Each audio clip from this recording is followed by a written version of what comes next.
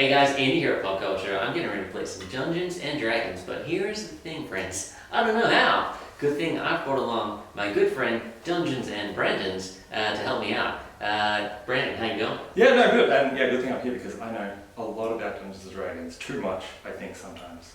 I don't think that's possible. Well, yeah, no.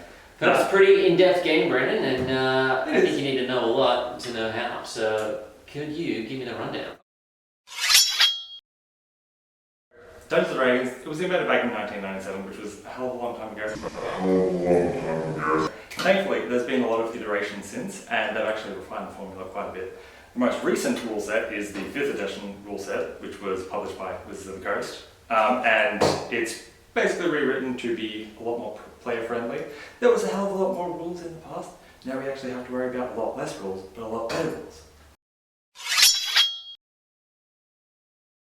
All this sounds pretty impressive, but this game looks very expansive, and I just need to know where to start now. Yeah, and there's a ton of books. Like, you don't need all the books. Like, all you really need to get into it is even just the Essentials Kit rulebook. Like This right here? This Essentials Kit So that just has like the basic rules to just start playing, but it is a little bit limited to classes and races. Like, there's only, I think, 4 of each.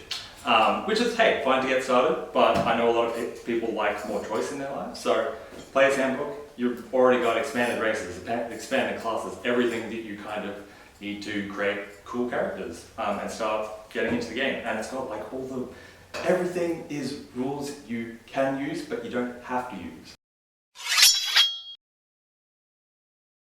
Yeah, obviously there's a ton of ways to get into the game, but you might need to like figure out who wants to be dungeon masters around the players that want to play the game, because someone does actually have to be running the game.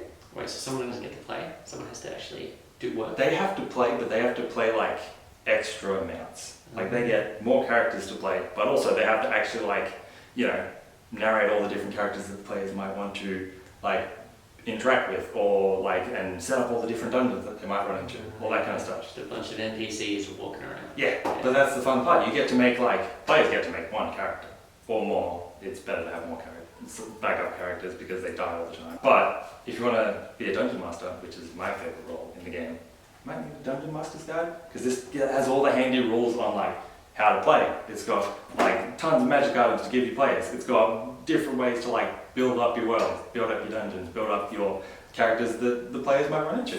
There's so much stuff to read. So I can get started with the Essentials Kit. I can expand on that with the Player's Handbook. Yeah. And once I'm ready to run my own game. Dungeons Master's Guide. Wow. Yeah. Wow. There's a lot of stuff to get into. And if you like really want to dig deep, like, there's a ton of books. But you don't have to, is the thing. It's the beautiful thing about D&D.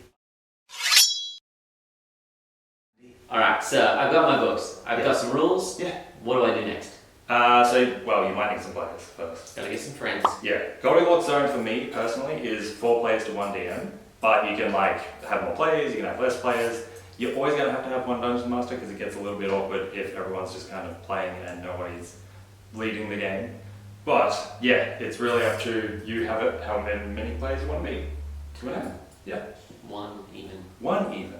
Dungeon Master. Don't play just with yourself, because that's called writing a book. And not really Dungeons and Dragons. Is it? Yeah. Because when I play with myself, I call it something else.